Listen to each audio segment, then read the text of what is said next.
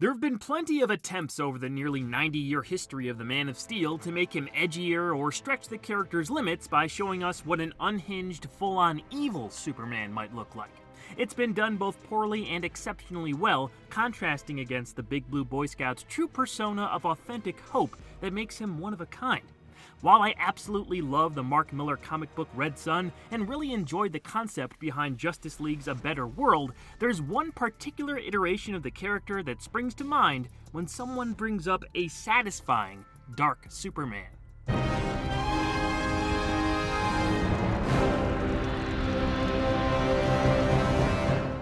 The Man of Tomorrow from the Superman animated series episode Brave New Metropolis teams up with Lex Luthor to make his home a police state, puts citizens under mandated curfews, and takes a much tougher stance on crime. But his turn to the dark side was motivated by a devastating event, and there still seems to be some good intentions left over. This makes for a compelling character study that produced one of the best single installments in all the DCAU. It also gave us a surprising first in this continuity that had heavy implications for the future of Superman the Animated Series. At Star Labs, Professor Emil Hamilton shows off his latest work, a potential gateway to other dimensions powered by the same Kryptonian tech used in the Phantom Zone projector.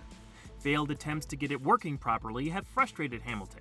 However, upon firing it up, a visiting Lois Lane notices the lab's windows are cracked when looking through the gateway, but untouched from any other angle. She alerts the professor, getting too close to the machine's posts, and is pulled through. The reporter collects herself and sees that she's alone. The lab has been destroyed. With no open gateway back to her home dimension, Lois walks toward Metropolis. The once vibrant streets appear deserted, with two-headed statues adorning the area.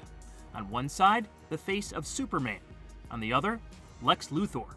The inscription reads, "The men who saved Metropolis." Resistance fighters soon blast into a building. One of these rebels is a ragged Jimmy Olsen, who runs into Lois and is shocked to see her alive. In this dimension, Lane was killed by a car bomb planted by Intergang after she began an investigation. It's an event that also transpired in her world, but Superman arrived in time to save her. Here, the Man of Steel was a split second too late. A very different Superman arrives to stop the rebels and see them taken into custody.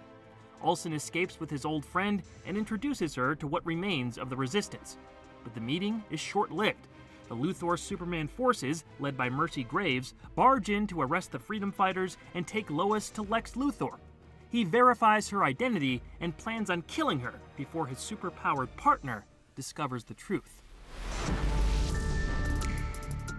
Written by Stan Berkowitz from a story by him and Alan Burnett, Brave New Metropolis gives us a taste of what a despot Superman might be like. There's a lot of gray area here, which makes the episode more interesting. Clark does seem to have his own justification for basically militarizing Metropolis, and honestly has more of a Batman outlook on things when expounding on his motivations.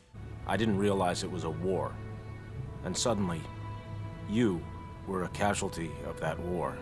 His team-up with Lex Luthor is really only one of convenience. Superman obviously takes no pleasure in his more harsh approach. He seems devoid of emotion after the loss of his love interest. This is apparent in his slower demeanor and speech.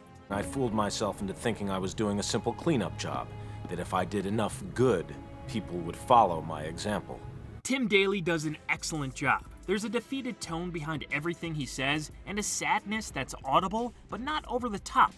Giving Superman bags under his eyes also made obvious the fact that he's miserable. He's only doing this because he thinks it's necessary to protect the people of his adoptive home.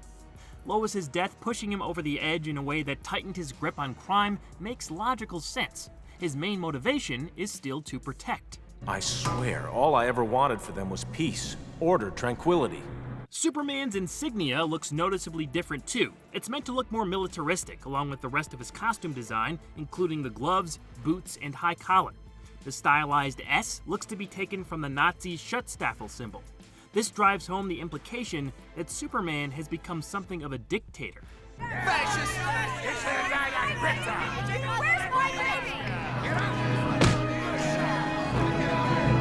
There have been a few Nazi versions of Superman in the comic books.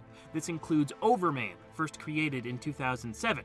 Appropriately, Overman has a very similar looking insignia on his chest. Maybe the most interesting aspect of Superman's new vibe is his modified main theme.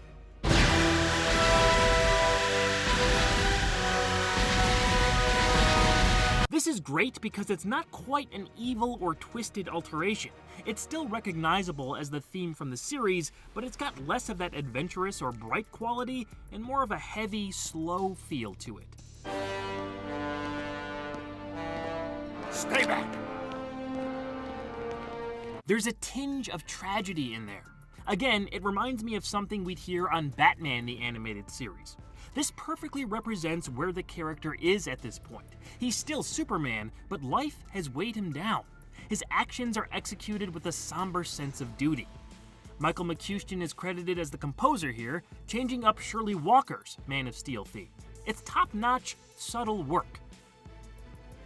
Lex is really the only character unchanged. Yes, he's joined Superman in keeping the city quote-unquote safe, but he's still as ruthless as ever and will take his partner out the first chance he gets. Admittedly, I wish we would have gotten to see a new design for him along with the other characters, but his function in the story may not have called for that, unless he went over the top and dressed like a king or something. Lex has his own Superman-type logo with an L in the shield, showcasing the unity between former enemies. Kurt Gaeta directed this one, and I'm sure he had fun reimagining Metropolis. There's some obvious influence from dystopian literature, like with the curfew message. It's 10 o'clock. Curfew time. Superman wishes you all a pleasant evening and a restful sleep. Good night. The title is also taken from Aldous Huxley's 1932 novel Brave New World, which itself featured a futuristic single-world state where the population is engineered and indoctrinated into the social order before they're even born.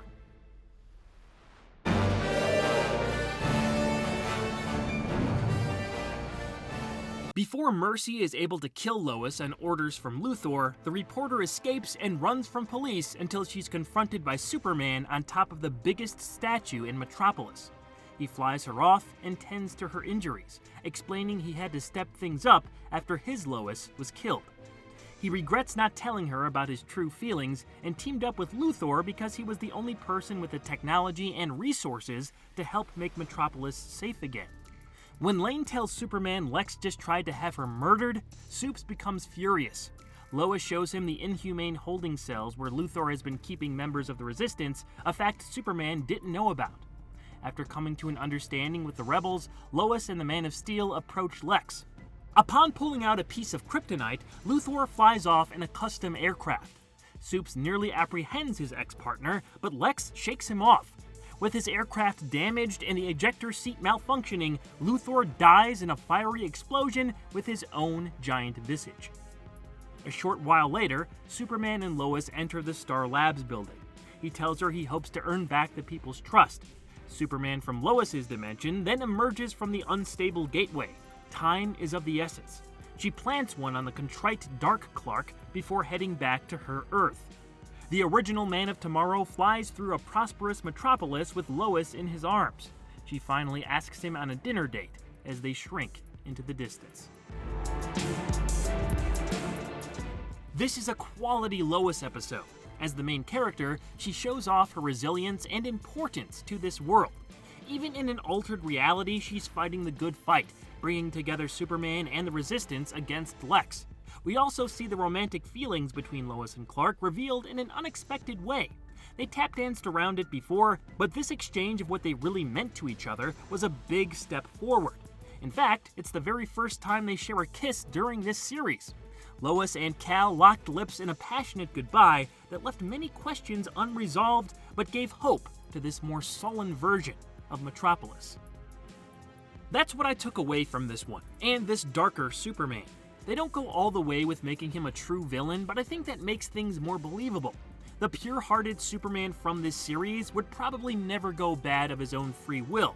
Instead, he's misguided and driven by grief, resulting in a grim guardian who puts some of his own morals aside for what he thinks is the betterment of his home. He can't stand another loss on the level of Lois, and will do almost anything to make sure it never happens. What are your favorite dark versions of Superman? Have you seen the 2025 film that brought back a lot of the character's more optimistic attributes? What kind of Superman do you prefer? Let me know in the comments, and I'll see you on the next Flyby.